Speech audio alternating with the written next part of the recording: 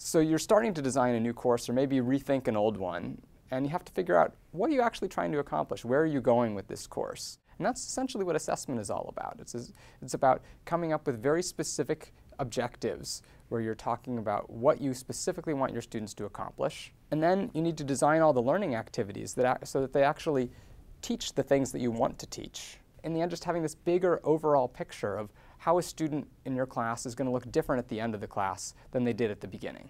So during this module, we're going to be looking at assessment, this word. Who are we actually assessing? Who is the assessment for? And why are we doing it?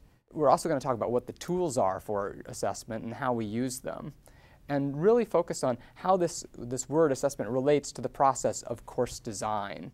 Even more specifically, when we start using a lot of technology to deliver our courses through online and hybrid and just technology-enhanced courses, how does it change, if at all? So this word assessment in education, it has a lot of baggage associated with it because it has so many different meanings. You can be assessing a university, you can be assessing a department or a program, you can be assessing a course, an instructor, or even a student. And in this particular module, we're going to really be focusing in on assessment at the course level, assessment of the course, trying to figure out what you can change about your specific instructional design to help meet your objectives more effectively. So those two categories of formative and summative assessment play out really in terms of who we're assessing.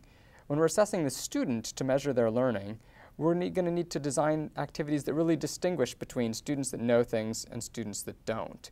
If you're trying to assess your course and your goal is to improve instruction, you might choose a slightly different assessment. You're trying to figure out what you need to change.